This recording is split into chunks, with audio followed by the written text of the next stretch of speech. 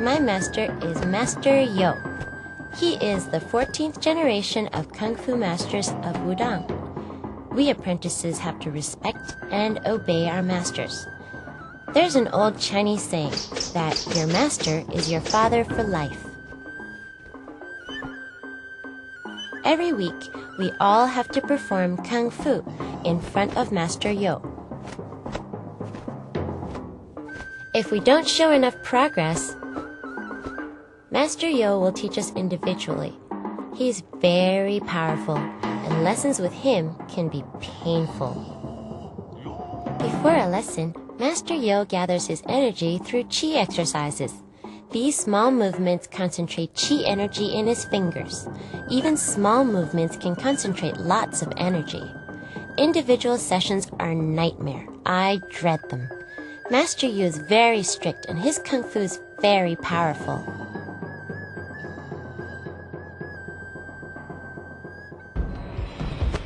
Even masters practice. Master Wang practices because he seeks perfection. But Master Li's reasons for practicing are shocking. If a man practices enough, can he live forever?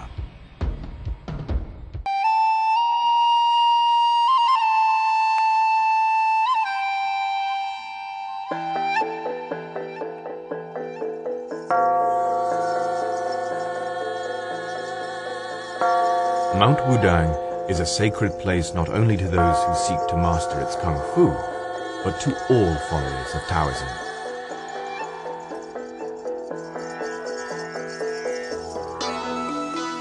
Its 72 peaks are studded with palaces, temples, and shrines devoted to the Taoist gods. Taoism has many gods who started out as men. It was by finding the right path that they became gods.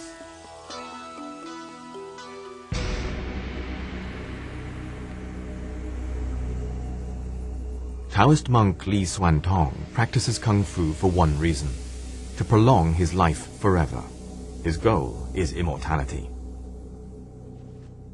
By performing the prescribed movements of his preferred martial art, Tai He boxing, he plans to become a Taoist god.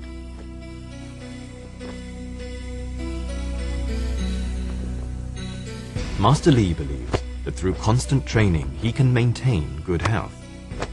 But for him, long life is not enough.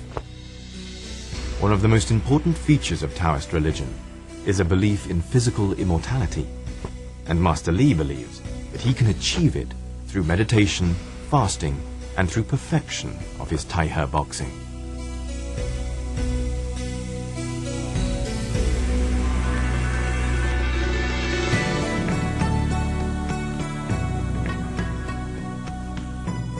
But not only does Master Li endeavor to live forever, he also wants to be worshipped like a god.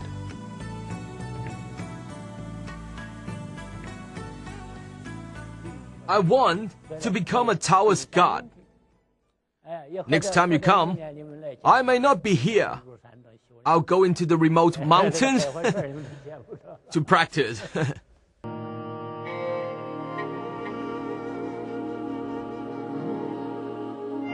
Master Wang chose to live in complete isolation from the outside world.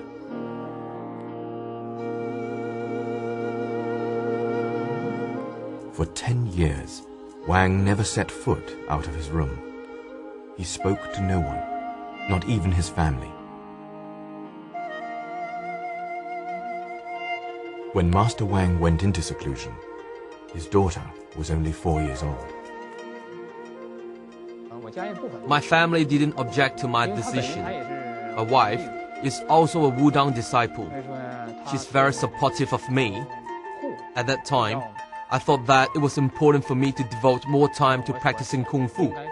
My wife cares about me and is willing to take care of everything for me. Meditation at this level can have undesired side effects.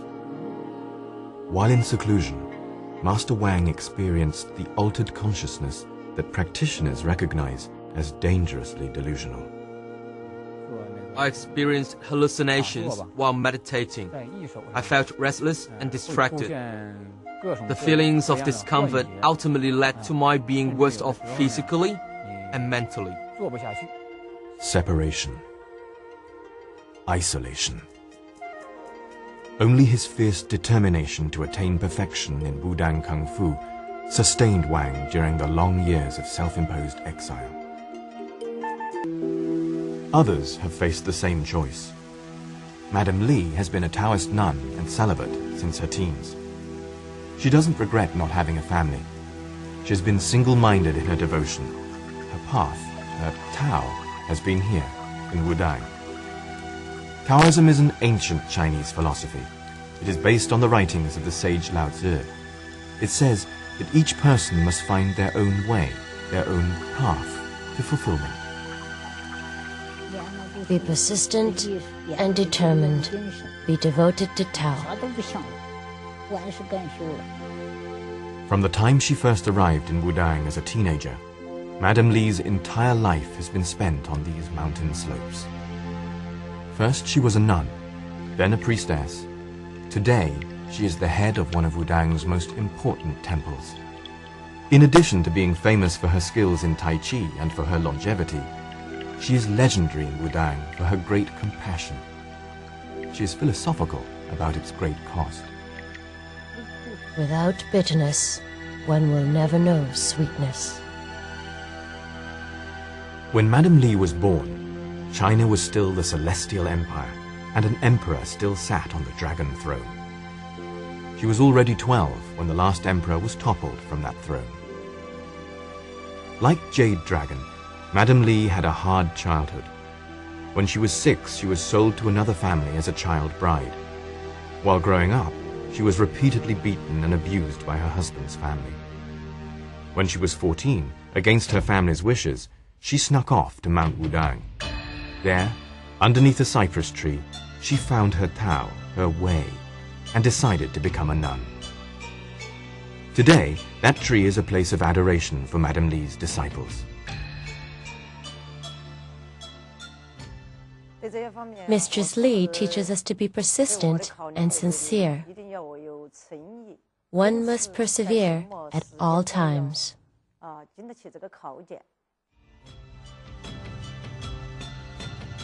During the 1950s, following the Chinese Communist Revolution, the People's Republic launched new measures to fight feudalism and superstition.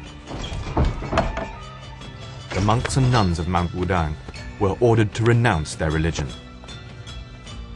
At that time, the Liberation Army tried to force Madame Li and her apprentices to leave their temple. In spite of their cruel beatings, Madame Li remained steadfast, protecting her apprentices. In protest, she went on hunger strike, kneeling for days within the temple itself, swearing never to leave. They caught her. She was dragged on the ground for several miles. Her back was seriously hurt and bled profusely. At that time, they wanted to execute her. You can see now her back is marked with the thick and hardened scars of her ordeal, but she never yielded.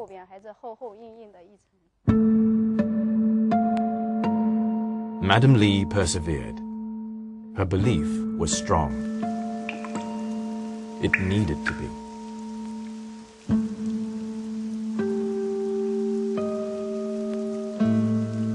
A foe more fearsome than an army was about to come knocking. "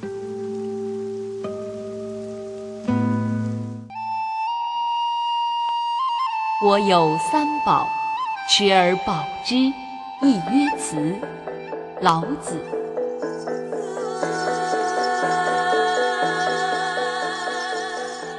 The founder of Taoism, Lao Tzu, said that we must be merciful and compassionate to others. Madame Li has spent her life putting his words into action. In 1960, there was a great famine. Millions of people starved. At a nearby noodle factory, Madame Li spent each day picking up scraps of noodle thrown away by the factory, saving them to feed the hungry. I found dirty scraps of noodles in the sewers of the factory. I would take as many as I could, wash them to make them edible, and then distribute them to nearby families. I never kept even one for myself.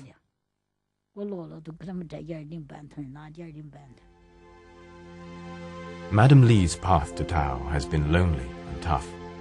Only her faith guided her through long years of hardship.